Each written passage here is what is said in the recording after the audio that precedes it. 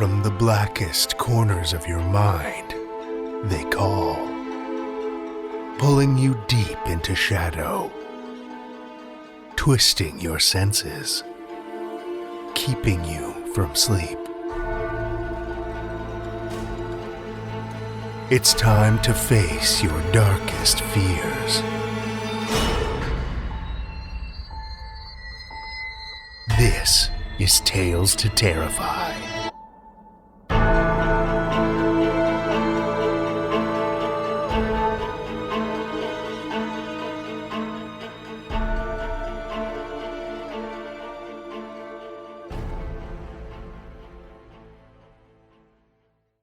Good evening, children of the night, and welcome. Well, with the turning of the leaves and the cooling of temperatures, it's clear we're fully descending into autumn. Honestly, where did this year go? I feel like I speak for a lot of horror fans when I say fall is my favorite time of year. The vibrant colors, the early morning bite in the air, and that just generally spooky atmosphere. Although I could do with just a couple more hours of daylight. As we lead up to that most haunted of holidays, it's looking more and more like Halloween will be particularly strange this year. Parties and trick-or-treating, ghost walks and haunted houses.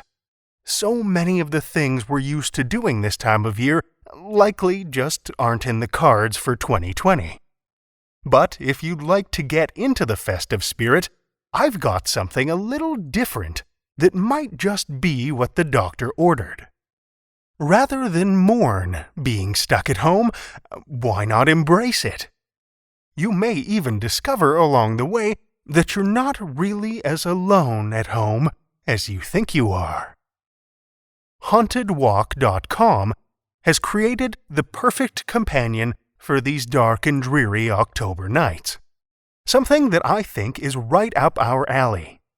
An online interactive audio experience they call The Haunting at Home. It's a ghostly, atmospheric, guided lesson that, through a series of paranormal experiments, will help you discover if your house is haunted. Some of these experiments you may be familiar with, some of them maybe not, but each are based on actual methods used by ghost hunters and parapsychologists to scare up spirits in haunted locations. Check out hauntedwalk.com/thehaunting for a taste of what The Haunting at Home is all about. And to make it even easier for you to get in on the fun, we've wrangled a special offer. Use the code Tales to Terrify, all one word, at checkout, and you'll get 20% off. I'm itching to check it out for myself, which I'm hoping to do sometime in the next week. And I'll make sure to report back and let you know if Chateau Sebastini is indeed haunted or not. I'd love to hear your experiences if you try it out, too. HauntedWalk.com/thehaunting, offer code Tales to Terrify. Gather your inner circle, turn the lights down, and prepare yourself. You never know what darkness your home may be hiding. It's been a little while since I've mentioned this, so I'd like to give another quick reminder we are indeed still open for submissions. In the spirit of the season, we've decided to leave them open for the remainder of October. So if you've got any frightening fiction tucked up the sleeve of that old cloak of yours, now's the time to let it slither free and into the ears of our listeners. TalesToTerrify.com/submissions has everything you need to know. This week, we're headed eastward, away from the Rocky Mountains, through the foothills, and into the great, wide prairie plains that span the middle of the country. In the early 1900s, many towns relied on the railway to make this trip, to transport goods and people from one place to the next, especially across the broad sweep of Canadian prairies. Running the locomotives that steamed across the open land was dirty, difficult, and often dangerous work. but the pay was steady. And for young Gus Day, that was what mattered. He was dead set on making sure he provided for his family as best he could. After all, he'd just learned he was about to become a father. And no one was happier for Gus and his wife than Day's partner, Bob Toohey. Toohey was an engineer and had taken Day under his wing when the young man first signed on with the Canadian Pacific Railway, bringing him on as his fireman, who shoveled coal into the boiler and kept the fire burning bright and hot. During their travels, they spent hours together and quickly became inseparable. Day was like a younger brother to the older engineer. That made their newly announced baby the closest thing Toohey had to a niece or nephew. As the due date neared, Day became increasingly anxious, doting on his wife Annie to the point of exasperation. If it was up to her husband, she'd have spent all day, every day, lying in bed with her feet up. But she didn't have the patience for that. She had things to do. So, with only 2 months to go, when the railway asked him to take on the night shift for the month, even though Day was apprehensive, Annie encouraged him to take it. They could use the extra money, she reminded him.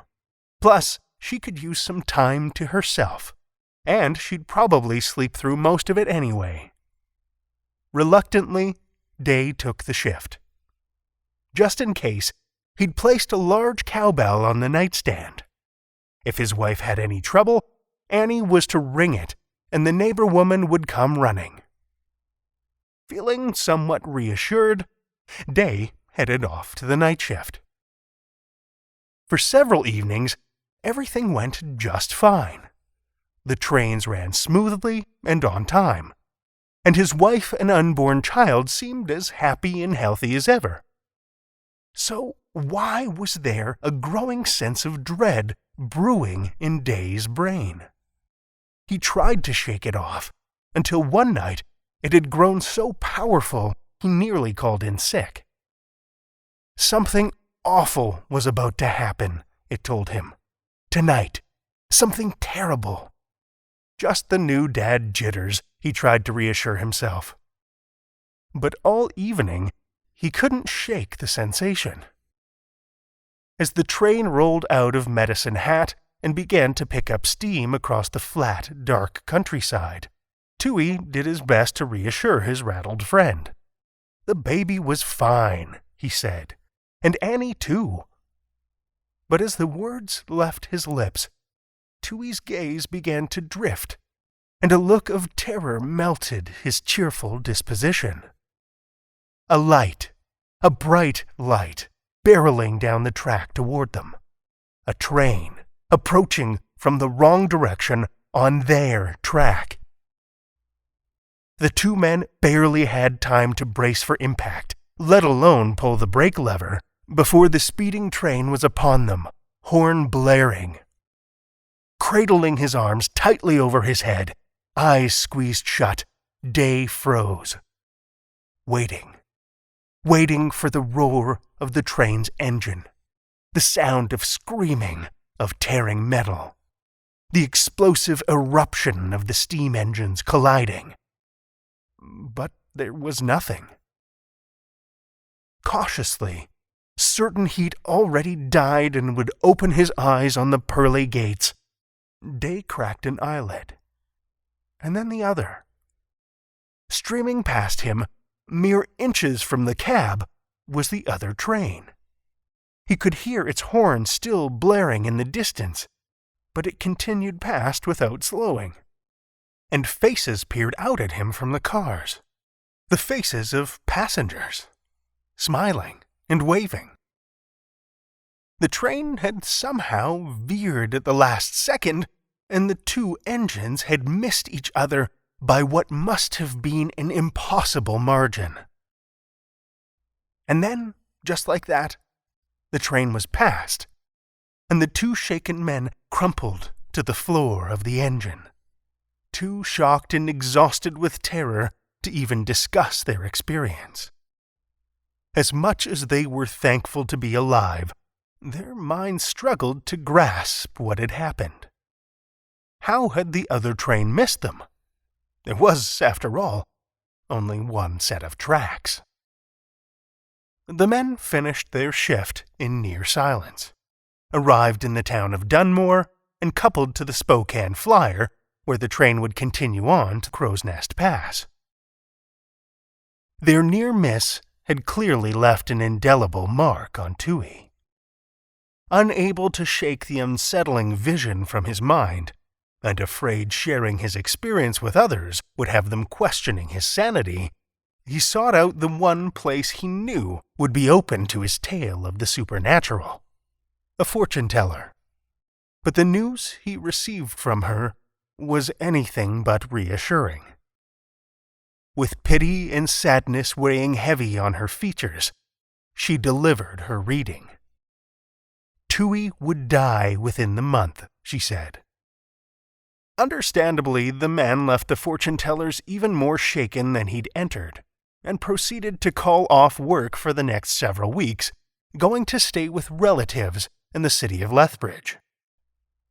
Day, on the other hand, while shaken, had managed to convince himself it was all an illusion.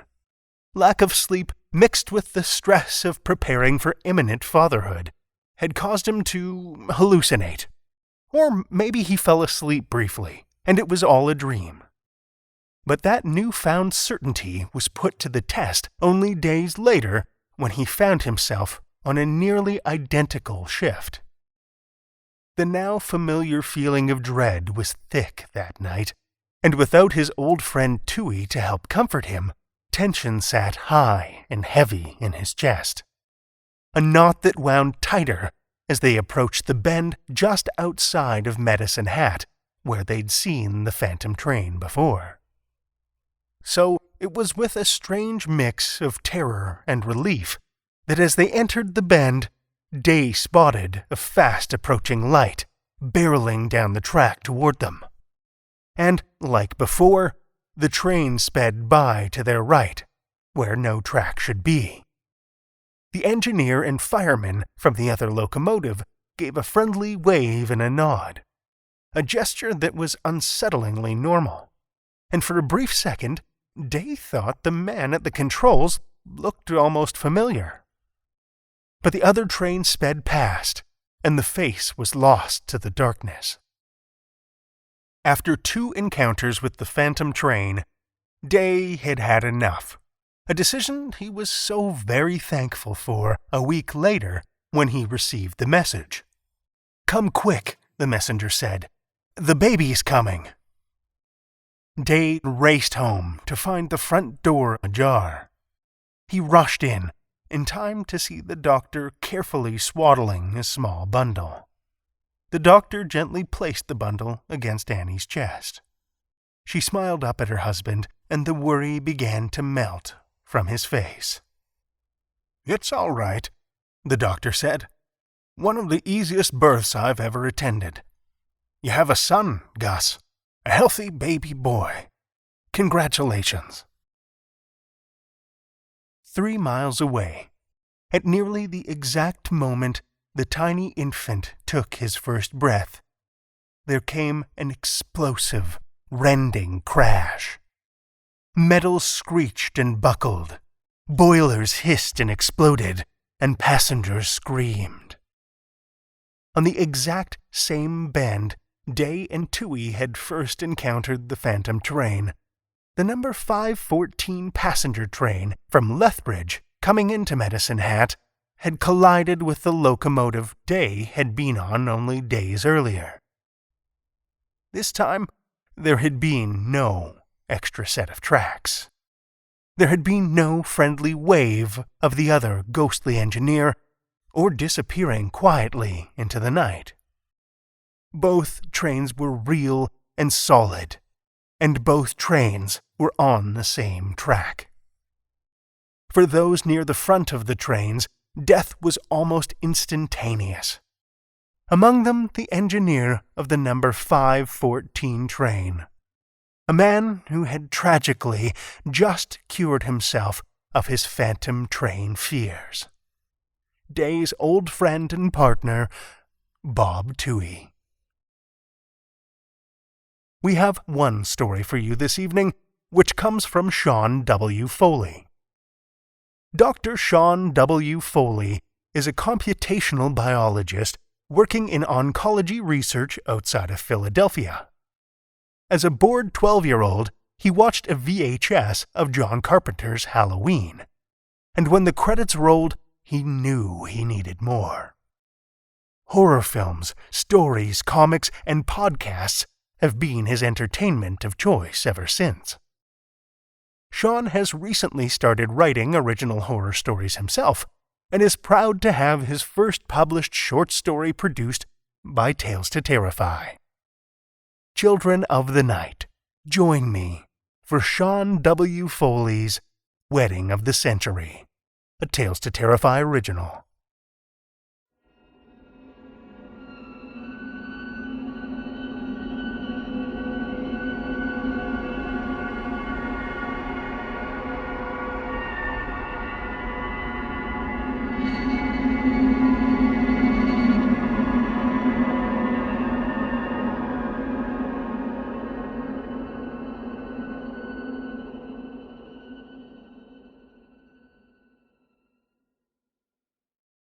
Touring the venue.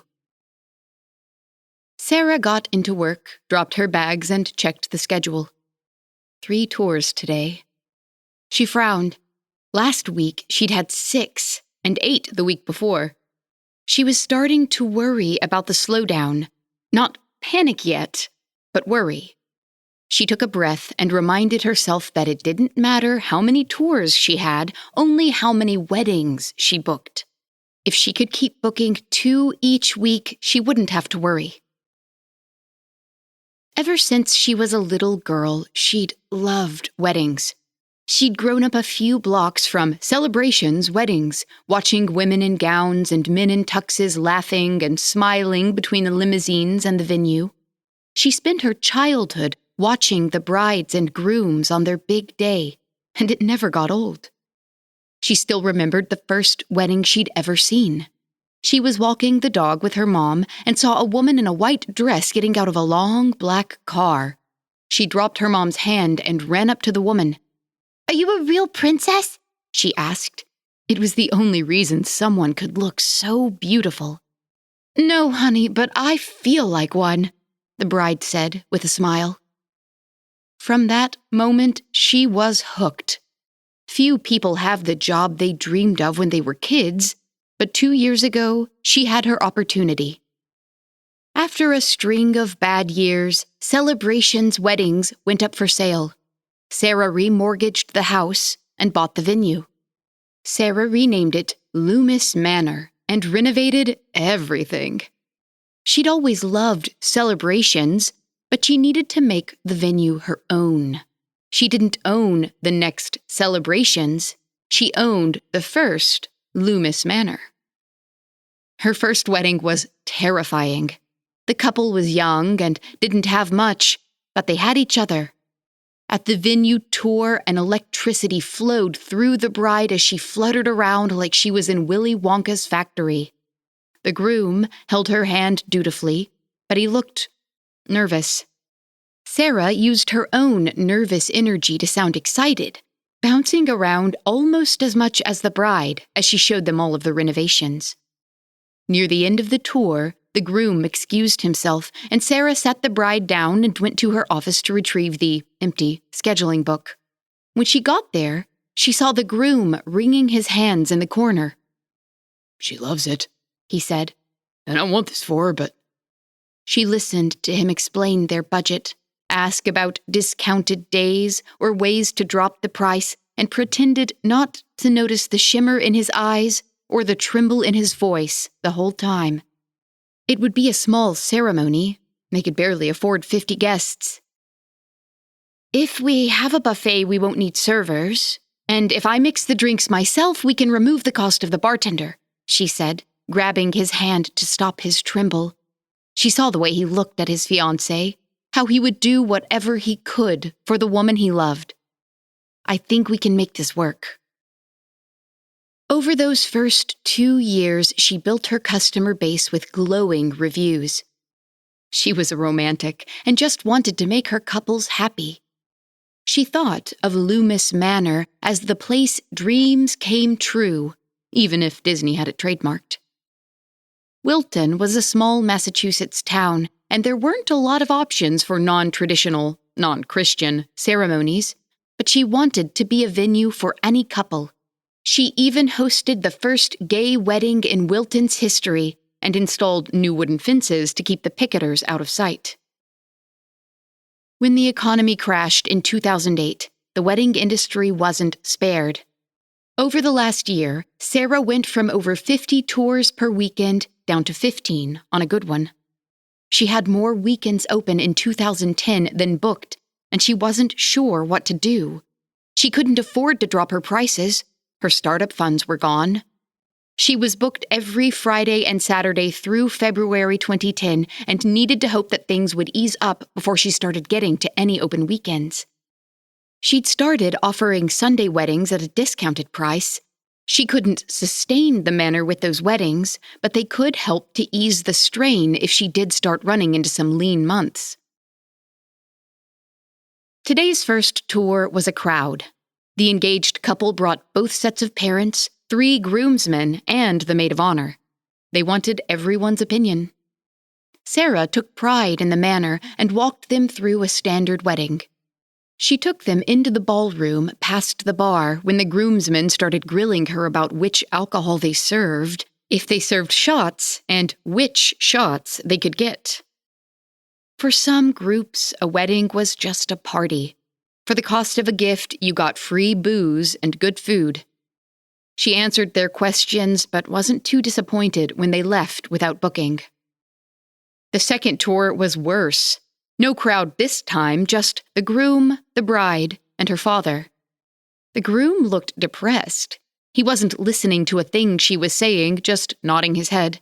His future father-in-law ignored him and just kept asking, "Is this what you want, baby girl?" When she finished the tour, the father-in-law asked what her earliest Friday was, and when she said 6 months from now, he told her that was unacceptable. She offered him a few Sunday options, and he said that would be all right. They booked the wedding for 6 weeks later. He asked for any discounts for a closed bar, said if the bride can't drink, then nobody can. But she said the open bar was included in the base price and she couldn't lower it further.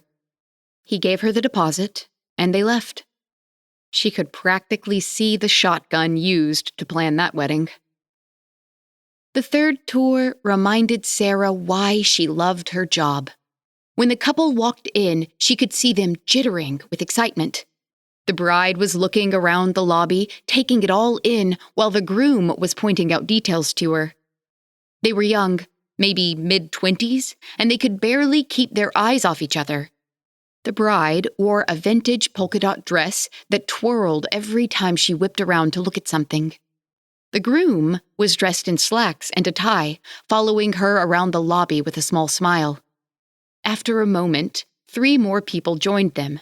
A man in his 60s wearing a sports coat, a woman around his age in a conservative black dress, and a younger man in his 30s wearing a suit.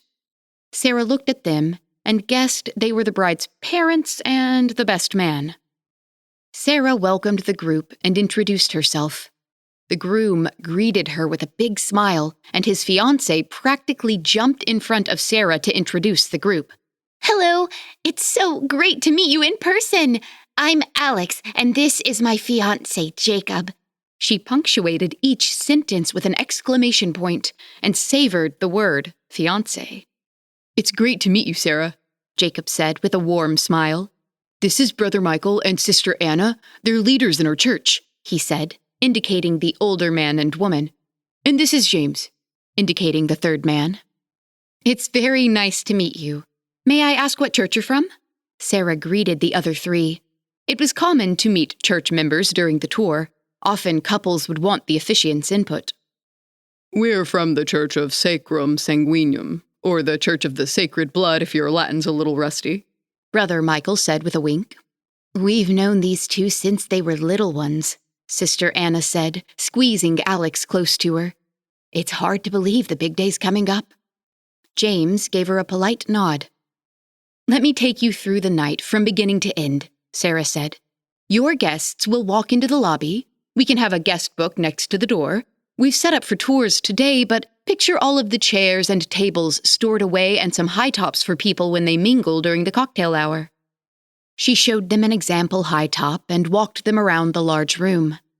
It had beautiful hardwood floors with high ceilings, and it could comfortably fit over 300 guests. She next walked them into a small ballroom, a similar layout with custom wood paneling lining the far wall. Here is where we host the ceremony, Sarah began, before Alex squealed, running into the room like a little kid. It's so beautiful! I love the rafters on the ceiling, and it's so spacious in here, she said. Well, it'll be filled in with chairs facing the front, and we have some curtains that come down to divide the room if you're planning a smaller ceremony. We can discuss the details later if you'd like, but we have plenty of options for a podium or small table at the front if you'd prefer. We try to incorporate any personal touches that the couple likes, Sarah explained. I think it's perfect. We have plenty of personal touches we'd love to include, Alex exclaimed. Sarah noticed James was discussing something quietly with Brother Michael. He seemed a bit hesitant about the room. And that's what Loomis Manor is here for. No two weddings are alike, and they never should be. We're here to provide you with the wedding of your dreams. You have enough to worry about that day. We want to take as much pressure off the couple as possible. Is it common for people to provide their own decorations for the ceremony? Jacob asked. We provide plenty of options for decor, but the vast majority like to provide decorations that are meaningful to them. We ask couples to arrive 30 minutes early for the rehearsal so they can bring in any decor they have and we can discuss how they'd like it displayed. If you have a wedding planner or someone you trust, they're welcome to arrive early to oversee the decor. Is it common to host religious ceremonies here? Brother Michael asked. Organizing the officiant and the ceremony is the responsibility of the couple, but we want to support whatever makes this day special to you. We've had Catholic, Jewish, Muslim, and Hindu weddings, as well as non-denominational and secular ceremonies. And have you ever placed limitations on the ceremony? Sister Anna asked. We try to be as accommodating as reasonable, Sarah said. The number of questions about the ceremony was unusual. She thought she'd make herself clear. Any examples of requests that you couldn't accommodate? James asked, speaking for the first time. Off the top of my head, she was getting uncomfortable. She looked over and saw the yearning in Alex's face and knew these questions weren't coming from the couple, that they were rooting for Sarah to give them the right answers. We had a Hindu wedding about 6 months ago where the groom wanted to ride a horse across the property and into the ceremony hall. We agreed to allow the horse on the property and up to the door, but we refused to let it inside the lobby. You can see that we have hardwood floors, and an animal of that weight with hooves could have caused some serious damage. So you're not opposed to animals involved in the ceremony? Sister Anna pressed. Not at all, Sarah said, guessing where these questions were going. We've had plenty of furry friends walk down the aisle. One bride had her Shawn act like the flower girl. Another couple had their cat as a ring bearer. Like I said, we do our best to accommodate, but we need to be mindful of the facility itself. Just picture it, Sister Anna, Alex gushed. Can't you see me and Jake in here, surrounded by our congregation? All the people we love? I can see it already, she said. Now, if you don't have any more questions about the ceremony room, let's walk over to the main ballroom, Sarah said, leading the group to the room. She was back to the standard tour. You can see that we can comfortably fit 30 tables in here with plenty of room on the dance floor. We have a bar in the back and space up here for the DJ to set up. If you follow me over here, we have an example table setting. The group nodded politely but seemed disinterested. Most wedding parties had the majority of their questions about the reception, where they spent most of the evening. Alex was pulling Jacob around the room by the hand, buzzing from one corner to the next, but the other three were politely disinterested. Sarah walked them back to the lobby, giving her usual spiel about dinner options, preferred vendors, recommended photographers, and bakers. She pulled out the tour packet and gave it to the couple to start looking through, and found an excuse to go to her office and give them a few minutes to discuss. While the couple pored over the details, she saw the other three deep in discussion away from them. She wondered what they could be talking about that didn't involve the two people who were actually getting married. After a few minutes, she walked back out with the schedule book. She liked these two and hoped they'd book. They were so sweet, so in love. Alex was like a child on Christmas, and Jacob looked like he'd do anything for her. We love the venue, and we really want to book here, Alex said before Sarah could even sit down. Well, that sounds wonderful. Do you have a month or a season in mind for the ceremony? Sarah asked. It has to be July 7th, 2009, Alex said. Most couples come with a range of dates. They need to be flexible. Sarah opened the date book to humor them and didn't have too far to look. July 7th was about 2 months away. Loomis Manor might be struggling, but when they weren't booked a few months in advance, they'd be on life support. When she got to the right page, she knew there must be a mistake. You want your wedding on a Tuesday? Sarah asked. It has to be that day, Alex said with a hint of worry. We aren't booked, but it might be a bit tricky from a staffing perspective, Sarah said. She was trying to think through the logistics of a Tuesday ceremony. Most of her staff were only committed Friday through Sunday. A lot of them had other jobs, and there was hardly much notice. We understand that it would be a lot to ask your staff to come in on short notice, and we're willing to compensate you for the inconvenience, Brother Michael said. Would twice your Saturday rate be sufficient? Twice? And they weren't even booking a Saturday. It was an extra day on the calendar. I think 3 times would be more appropriate, Sister Anna said. I think we might be able to work something out. Do you have an estimate for the party size? Sarah asked. The congregation's about 200 strong, with another 50 who will be arriving for the reception, Brother Michael said. Sarah couldn't hide her surprise. A wedding with 250 guests being paid 3 times her rate without booking a weekend. This was going to be a huge windfall that would go straight to the savings. This ceremony alone could help keep the manor above water if things got tight. I think that sounds wonderful. I'll add you to the calendar tentatively, and we'll need a 10% deposit to make it official. Not quite yet, James said. Sarah had been worried about a catch. It was too good to be true. This wedding is being funded by the church because these two are such an important part of their congregation, he continued, smiling at the couple. Alex looked nervous, and Jacob held her hand tightly. We need to iron out some details in the contract before placing a deposit. You'd be surprised how many wedding venues in this area can be close-minded to a non-traditional ceremony. These ceremonies are deeply symbolic and very meaningful to the couple and to the church, and I'm here to make sure that everyone comes to an agreement regarding the details of the ceremony. Essentially, the church is asking for some guarantees regarding their personal touches before they're willing to commit. The negotiation. We'd first like to revisit the possibility of animals involved in the ceremony. We'd like that to be explicit in the contract, James said, all business. We've always had a reasonable policy. Are you talking about a cat or a dog? Sarah asked. The ceremony will require 1 goat, James said. Sarah chuckled.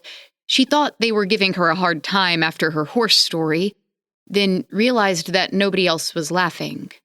James wasn't joking, so maybe she'd just misunderstood him. I'm sorry, but I thought you said a goat, she tried. Yes, we'd like it explicit in the contract. My clients have said that the goat is an essential element of the ceremony, James said. Alex and Jacob looked like they were watching tennis, heads pivoting back and forth to see who would score the point. Your clients? Sarah asked. She felt like they were speaking different languages. You're right, I'm sorry, I haven't been clear. The Church of the Sacred Blood has asked for me to represent them in a discrimination case. When I got to know these two, James motioned towards the couple, I offered to tag along today and practice some pro bono contract law. So you're a lawyer?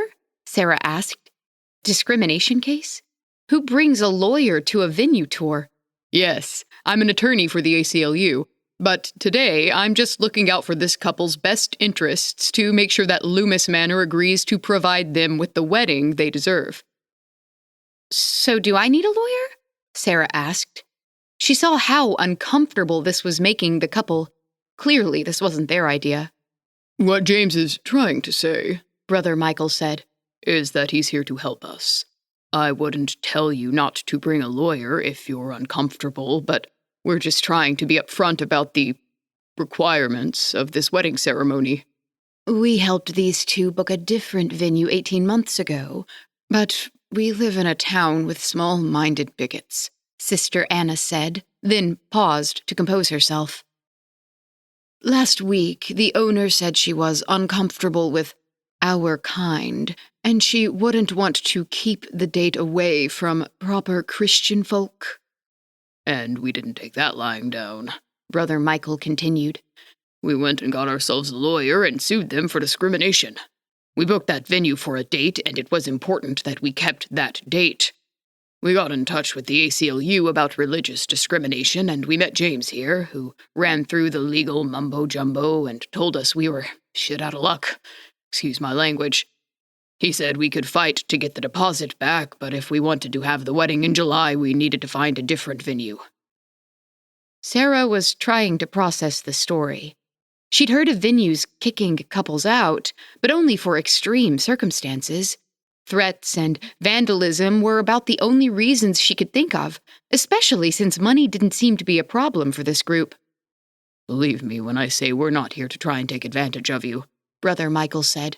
We're more than willing to compensate you fairly, but James has recommended that we procure a more explicit contract for this wedding. Our contracts are fairly standard, she said. Our lawyer helped us draw them up when we opened. I wouldn't be comfortable signing anything with any major changes. And I would never ask you to, James interrupted, waving her concerns aside. I'm asking you to negotiate a new contract today, bring it to your lawyer, and sign it if you feel comfortable. And we'll of course reimburse you for the legal fees, Sister Anna said.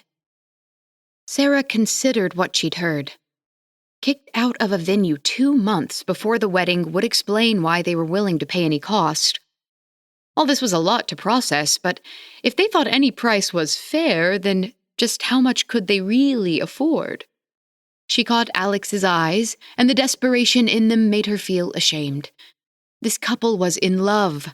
They'd been screwed over, and they came here for help. No, they came here to pay Sarah 3 times her fee just to do her job. The goat can be outside, but having it inside the ceremony room is too much, Sarah said. The room lightened up as relief washed over everyone's face. The goat is very important to the ceremony, and it doesn't weigh much more than a large dog. Would you let a Great Dane into the ceremony room? James asked. Great Danes don't have hooves that would scratch the finishing on our hardwood floor, Sarah explained.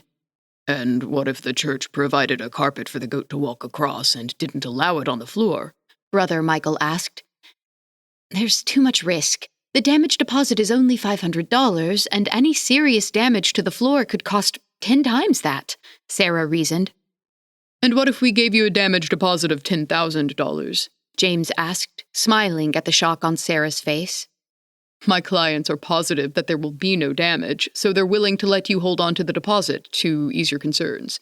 Instead of refunding it in the standard 7 days, you can have a full month to assess any damages and obtain quotes. You can then retain the cost of the highest written quote, regardless of the cost of the actual repairs. Sarah couldn't decide if they were competent or desperate. Get that in writing, and I can't wait to meet this goat. Wonderful, James said. Now we'd like to nail down some details about wedding decor. Specifically, my clients would like permission to paint or draw images on the walls and floor of the ceremony room. Are you asking to paint pictures on the wall of my wedding venue? And floor, Brother Michael explained. And they're more messages than paintings. They're a symbolic invitation for our Lord to be present at the wedding ceremony, like the empty chair at the table during a Passover Seder. Sarah raised her eyebrows, but was met with an even gaze. Absolutely not, she said. And what if we hung draperies along the walls instead? Sister Anna asked. It was unconventional. Sarah was a little offended that they'd be hiding the woodwork she'd commissioned, but she couldn't see why not. So the wedding party can provide draperies to be hung on the walls and a covering on the floor. Then you would have no problem with writing going on those draperies, James asked. When Sarah nodded, he continued. And you would agree to have one or more members of the church arrive early to help set up for the wedding.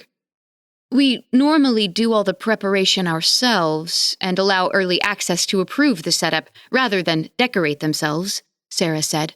Nobody's questioning your abilities, Brother Michael said gently. But as so many aspects of our church's ceremony are quite particular, we'd like to be assured they're met exactly. Then I don't see why not. Would 2 hours before the ceremony be enough time? Absolutely. Anything else? Sarah asked. What is your feeling about having open flames on the property? James asked. We've permitted unity candles during ceremonies, but I'm very uncomfortable with anything more. It's too much of a hazard, Sarah said. And if my clients increased the damage deposit? I'm sorry, but I can't allow it, Sarah said. She was accommodating, not a pushover. What about outside of the venue? Jacob asked. We've had sparkler exits before, with the guests holding them outside of the lobby and the couples running through. Those make lovely pictures. We were thinking more along the lines of a bonfire in the back, Brother Michael said. I just told you I'm uncomfortable with more than a single candle and you're asking for a bonfire? Sarah asked. There's never any harm in asking, Brother Michael said apologetically. We would never want to make you uncomfortable. We understand that an open bar is included in the price, but what would you estimate is the cost of alcohol per guest? Sister Anna asked. Sarah sighed. Apparently, money was no object until it came to the alcohol tab, but they'd offered to pay more than their fair share. We don't normally offer discounts for dry weddings, but I think a $20 per person discount would be fair, Sarah said. Sister Anna let out a sigh. I'm sorry, I wasn't clear. Our congregation believes strongly in celebrating together, and I worry that we may imbibe a bit more than most wedding parties. We'd like you to stock up on the alcohol for the ceremony, and we'll pay an additional $60 per person to cover the extra cost. You're telling me to expect this wedding to drink 4 times what our other ceremonies do? Only if you don't run dry first. You really don't have to do that, Sarah said. She almost felt like she was taking advantage of them. The extra money isn't a gift, Sister Anna said with a smile. It's to compensate you for providing a more fully stocked bar than other parties ask for. We did have one last question, Brother Michael said. What's your policy on nudity inside of the venue? The visit. The day after the venue tour, Sarah received a contract to book the wedding. She would be compensated $360 per guest for 250 guests, compared to the usual $100 for a wedding of 125 guests. On top of her usual services, she explicitly agreed to 1. Allow a goat, no greater than 130 pounds, into the ceremony room. 2. Allow draperies covering the walls and floor which may be decorated with any religiously significant markings. 3. Permit up to 3 individuals to assist in ceremony preparations no less than 2 hours before the start of the ceremony. 4. Allow nudity within the confines of the venue as necessitated by the wedding ceremony. Her lawyer said everything was above board, despite the odd requests. He told her to be mindful because he felt the conditions were intentionally a bit vague. After returning the signed contract, she got a 50% deposit, with the remainder sent to her a week before the wedding. She'd had 14 weddings between the venue tour and July 7th and didn't put much thought into the Church of the Sacred Blood again until she saw Alex sitting in the lobby. "Hello, Alex. It's nice to see you again," she said. Hi, Sarah. Are you busy? I was in the area and wanted to stop by. "I don't have any appointments for the rest of the day. How can I help you?" Sarah asked, sitting down beside her. I really just wanted to thank you again for working with us. When James told me he got the signed contract, I was just so relieved, she said. Jacob and I were really worried when the last venue canceled, and we just have to get married on the 7th. Is the 7th an anniversary for you? No, it's the day of the solar eclipse. We need to get married during the eclipse, Alex said with a hunger in her eyes. So, you two are interested in astronomy? Sarah asked. She was more curious about this group than she wanted to admit.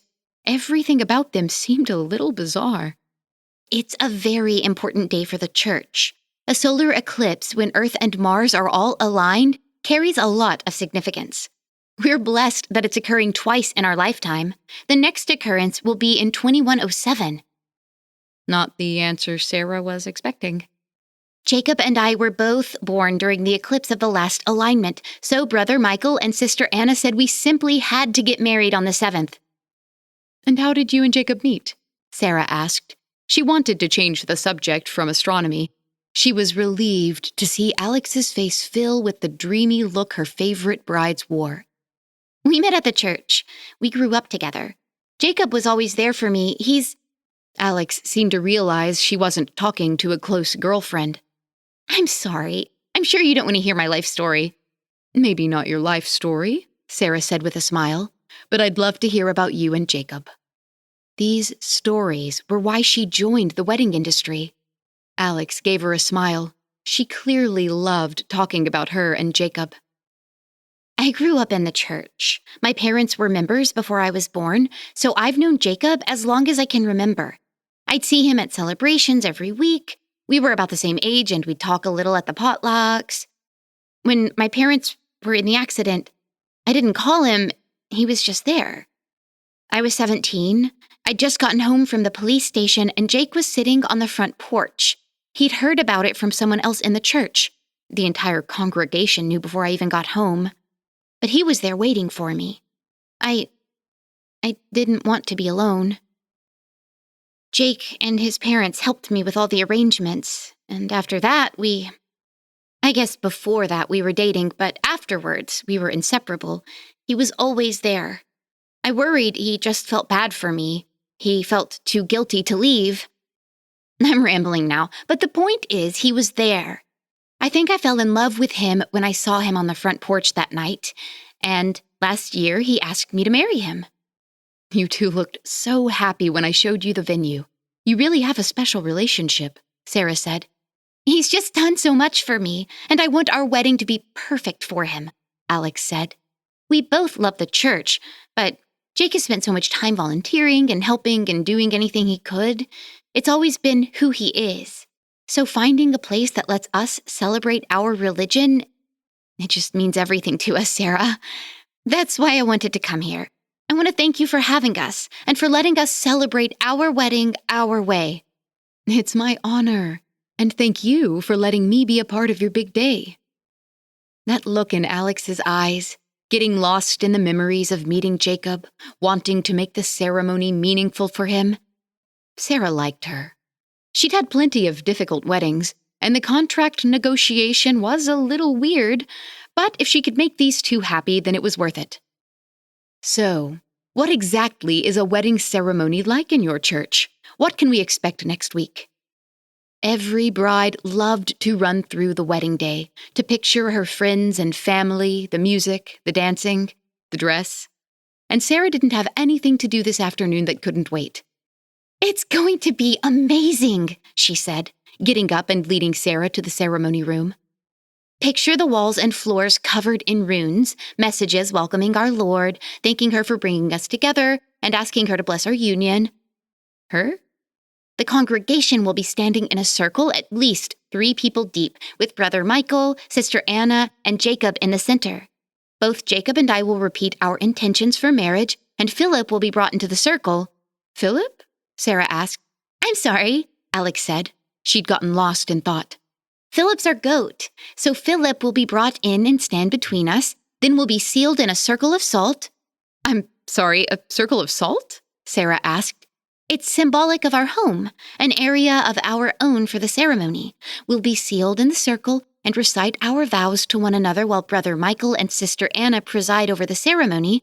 When we confirm our commitment to one another, we'll sacrifice Philip." What? Alex looked confused by Sarah's reaction.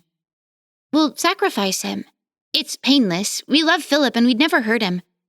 You think you're sacrificing a goat inside my venue? Fear started to rise on Alex's face as Sarah's meaning dawned on her. "But we have to sacrifice him," she stammered. "It's symbolic of a new life born from blood. We've raised Philip for years. We love him, and his sacrifice is essential." Alex, it's cruel. It's obscene, Sarah said, at a loss for words. "It's fast and painless.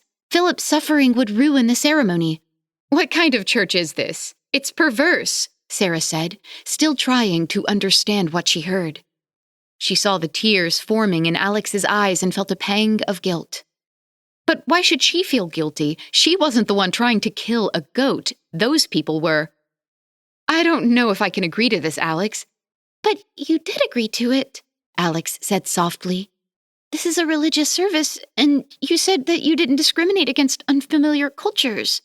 Refusing to let us practice our faith is discrimination, Sarah." Her head was swirling. What kind of church sacrifices goats? "The Church of the Sacred Blood," Alex answered simply. But don't you use wine to symbolize blood? "I'm sorry, Sarah, but we're not that type of church. That's why we asked about how comfortable you are with diverse faiths. Do you think we'd ask that if we were just some Protestants?" "The Church of the Sacred Blood worships the fallen angel Beerus. She was the right hand of the Morning Star during the Great Rebellion. God made man from clay so that he could be worshipped. Beerus filled humanity with the fluid of life, giving us emotion. All feelings, joy, love, pain, sorrow, anger, they come from Beerus, and we honor her by celebrating these emotions during our wedding." So let me get this straight, Sarah said. You worship a demon that filled us with blood and lets us be happy? Is it any more bizarre than worshipping a Jewish zombie who is his own father? Or a god that kills infants because Pharaoh doesn't listen to him? All religions sound crazy when you start to look at them too closely. What makes our church different is that we don't push people to suppress their desires. We celebrate them. Our weddings aren't mournful hymns and listening to a priest drone on. They're short ceremonies filled with love, dancing, singing, drinking. Alex paused. "Do you really think it's right to stop us from celebrating our faith because it's foreign to you? If you're worried about Philip, he feels no more pain than a goat sacrificed at Eid al-Fitr or sacrificed in a korban, but you have no issue hosting Muslim or Jewish weddings." Sarah was angry at being misled, and she was even angrier because Alex had a point. She had to ask herself if she would feel this way if instead of Beerus they were worshipping Allah or Yahweh.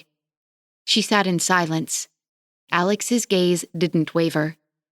Could she really dismiss their religion just because she didn't agree with it?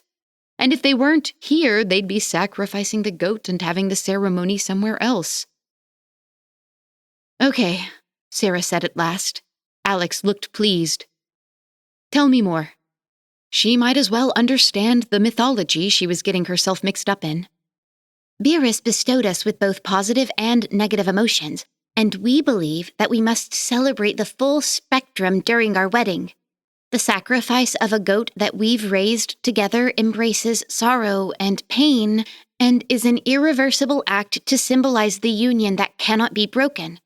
Our separate lives are now over, and our new lives will begin. As we prepare for the sacrifice, we'll draw runes of commitment and love on each other's bodies and drink from a goblet of virgin's blood." Seriously? "I mean, it's symbolic. It's just goat's blood." Oh, just some goat blood. "But it's symbolic of the fluid of life that Beerus filled us with." But it's actual blood you'll be drinking. Is that safe? "Of course. And there are plenty of recipes that require blood, so it's not that strange. It's just kind of..." Alex searched for the next words carefully. "It can be unpleasant cold, unless it can be stored and kept at a warmer temperature." And how would you accomplish that? Sarah asked, taking the bait. "Well, if the kitchen has a sous vide, we could keep it warm. That would stop it from coagulating and make it go down a little easier." I'll see what I can do, Sarah said. She'd already committed to hosting this wedding. She might as well host the best blood cult wedding she could. That's wonderful. Then after that, the last main part of the ceremony is the blood orgy. And what symbolizes the blood orgy? Sarah asked without missing a beat. She wasn't going to fall for the same gimmick twice. It's the congregation joining together in a hedonistic mass. We come together as one group, celebrating what Beerus has given us. Then, together in a single writhing group, we climax en masse, enticing Beerus into the body of the bride through an ultimate action of pleasure. After the wedding, Jacob and I will remain celibate for 30 days, so that we'll know if I became pregnant during the wedding ceremony. The church believes that a child conceived during the wedding can bring about a daughter of Beerus, and by holding the wedding during an eclipse, will further entice her to join us. Alex spoke with a starry-eyed passion and longing that Sarah couldn't quite place. But what's going to symbolize the orgy? Sarah asked again, now afraid of the answer. Symbolize it? Alex asked, confused. That's why you agreed to nudity during the ceremony. Nothing symbolizes it. The blood orgy is when we have an orgy in goat blood. The wedding. It was the afternoon of July 7th, and Sarah felt more like an anthropologist than a maitre d'. Sister Anna and 2 other members of the congregation had arrived to set up the ceremony room, and Sarah just watched in awe. She was never particularly religious herself, so she took a genuine interest in learning about the Church of the Sacred Blood without feeling too uncomfortable that they worshipped a demon. The worshippers were affixing the draperies and floor coverings while Sister Anna supervised. They were solid, black drapes without writing on them, so Sarah could guess what other supplies they had brought in the boxes. Sister Anna left the worshippers to their work and brought a box filled with mason jars over to Sarah. "Alex told us that you could provide a sous vide to keep these warm," Sister Anna asked politely. Sarah brought her to the kitchen where a water bath was held at 100 degrees and tried not to stare when she started loading the jars filled with crimson liquid into the bath. "I thought they were just taking a sip out of a goblet," Sarah asked. "If you're opposed, just let me know," Sister Anna said. "But we figured if there was room, we might as well warm up some extra. A single goat can nicely cover our full congregation, but it's better to have a little extra." Sarah managed a weak smile. "And have you ever used room temperature blood? It's a lovely lubricant when warm, but at room temperature it just gets a bit too sticky." Sarah nodded her assent, as if she'd had her own blood orgy experiences. "And what's that one for?" Sarah asked, indicating a smaller jar that was being brought back into the ceremony room. "This one's for the runes. We don't need too much." Sarah stood and watched the woman as she painted ancient symbols around her ceremony room. Circles of writing that looked to be Hebrew, others with Arabic, and a few Latin phrases that Sarah could make out. She painted shapes along the floor as if she were in Aleister Crowley's kindergarten class, triangles and squares decorating the center of the room. "I'm surprised you don't have more pentagrams," Sarah said with a chuckle. Sister Anna stopped working and looked at her. "That is a very ignorant stereotype," she said pointedly. Sarah's smile vanished. "But I'm sure you meant no offense. The pentagram is a sign of Wiccans, not our hedonistic belief system," she said, returning to her work. The solar eclipse was scheduled for 2:45 p.m., and the ceremony started at 2:15 sharp. The Church of the Sacred Blood does not permit non-members to attend their ceremonies, which was why another 50 people would be coming for the reception only. At Alex's request, Sarah was granted special permission. They couldn't have kept her out of the room if she insisted. She was the venue owner, but having an invitation made her feel more comfortable. Sarah had a habit of attending as many of the ceremonies at Loomis Manor as she could, and didn't want to miss this one. The black draperies absorbed much of the light in the room. The congregation all wore black wool robes with hoods over their heads. There were almost 200 worshippers forming a circle in the center of the room, with Sister Anna, Brother Michael, Jacob, and 2 other men standing inside the circle with their hoods down. Sarah heard the steady beat of drums as the ceremony began. A rhythmic chanting started in a language that she didn't recognize. The door to the ceremony room opened, and Sarah saw 3 robe-clad figures. 2 women were supporting a third, lifting her into the air and carrying her into the ceremony room and into the circle where they placed her on the ground. Then, the 2 women took off Alex's robe, and 2 men did the same to Jacob, and joined their fellow congregation members, leaving the couple naked in the center of the circle. We are here to celebrate in the love between 2 members of our family, Alex and Jacob, Brother Michael said. Sister Anna walked to Alex, withdrawing a gilded knife with a golden handle from her robe. Alex, do you of your own free will profess your love for Jacob and wish to be joined with him in a new life together? Alex smiled, blinking back tears, and looked into Jacob's eyes. I love him. All I want in life is to be with him. Sister Anna took the knife and carved a rune into Alex's chest, making shallow cuts to minimize the pain. Alex kept her eyes on Jacob to remind herself why she was doing this. Sister Anna repeated the question to Jacob, carving a different rune into his chest. She stepped back, and Brother Michael took a wooden bowl and poured salt in an incomplete circle around the 2 of them, leaving an opening in the direction of the door.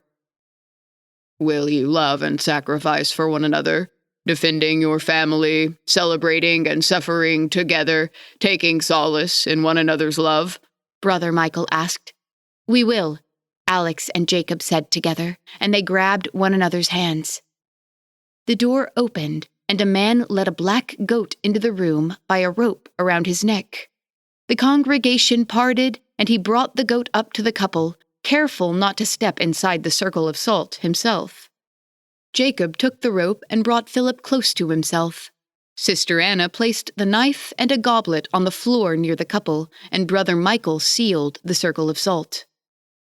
With your friends and family as witnesses, do you vow to respect and trust each other? To live as equals, honoring each other as you do yourselves? Sister Anna asked.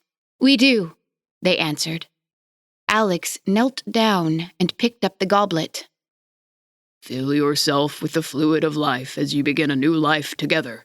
May you live this new life more strongly and more brightly than your old, Brother Michael said. Alex drank from the goblet, then passed it to Jacob, who emptied it. And will you embrace the pain of life together, supporting one another? Sister Anna asked. We will, they said. Alex picked up the knife and passed it to Jacob, then spun around. Sarah met her eye and only saw bliss. She thought Alex looked like the happiest bride she'd ever seen, and that look of pure joy didn't leave her face when a new rune was etched into her back. If anything, she seemed to enjoy it. Alex turned too quickly and slipped on the blood on the ground. Jacob grabbed her and she giggled. Sister Anna and Brother Michael both smiled and mumbled something about our little klutz. She took the knife from Jacob and drew a complex series of lines and angles on his own back. Sarah wondered how this church dealt with blood-borne diseases. The congregation started chanting and moaning together as 200 people let their robes drop to the ground. Sarah was the only clothed person left in the room, but she couldn't look away. Now we ask, before one another, before our congregation, and before our Lord Beerus herself, will you end your old lives forever and consummate this union together? Brother Michael asked as the chanting grew louder. We will, they said. We invite our Lord into our union, into our marriage, and into our family. We honor and beg of you to bless us and enter into us. Then take each other in your arms and begin your new life as one, Sister Anna said. The couple embraced in a kiss.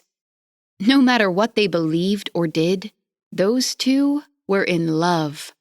Sarah couldn't look away as Alex bent down, petting the goat. Then, with Jacob holding her hand, they quickly severed its throat. The light left its eyes in an instant as the blood sprayed out on the couple. They started to kiss, and Sarah saw the congregation start to split into pairs and trios.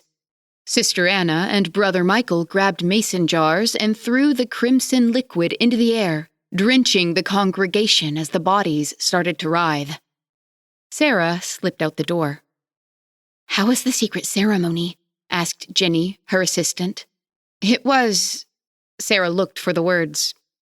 "Something truly special. Are you skipping out on the ending?" "I'm gonna let them finish in private," she said. September. Sarah finished up her last venue tour with a few minutes to kill before her final appointment of the day. New weddings had been coming in slowly but steadily, and she had a healthy savings to hold the manor over if they ran into unbooked weekends. She checked her calendar and saw that Alex and Jacob had a brief appointment. She hadn't seen them since the wedding. After the ceremony had ended, she left the doors to the room closed. She didn't want anyone to have to go in there until the end of the night. They weren't exaggerating when they said the church might drink her dry. They emptied the bar and 3/4 of the extra stock before the night was over. But nobody got sloppy. Every person she spoke to was respectful, polite, and grateful. After the reception, she let her staff go home early and offered overtime to anyone willing to come in and clean up the next day, provided they didn't ask questions about the ceremony. It was common for couples to send thank you notes, Facebook reviews, or phone calls after the ceremony, but rarely would they stop by in person to thank her for the service. She looked up when she heard a knock at her office door and invited the two of them in to take a seat. They both looked tan and relaxed when they walked into the room. "We just wanted to thank you," Jacob said. "You really went above and beyond." Everyone in the congregation loved the ceremony, Alex joined in. "It's so hard to find a venue that's willing to meet our needs." "And I'm honored that Loomis Manor could be a part of your special day," Sarah said. "Everything was perfect," Alex said. Then, after a pause, "And that's why we're here, to see if we could work with you again. We were wondering if you ever rented out your venue for baptisms?"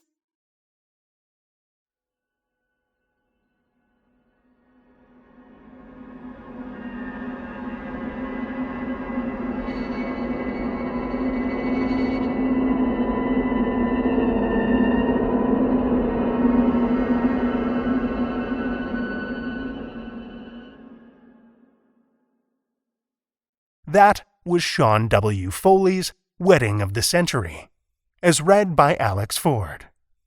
Alex Ford spends most of her time cooped up in a closet reading to herself.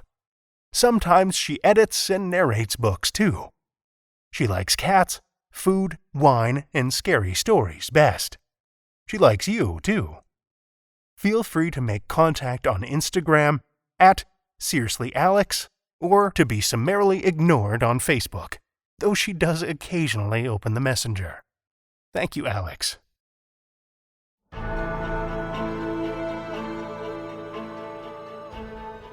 Well, children of the night, the hour is late, and we've run out of tales to tell. For now.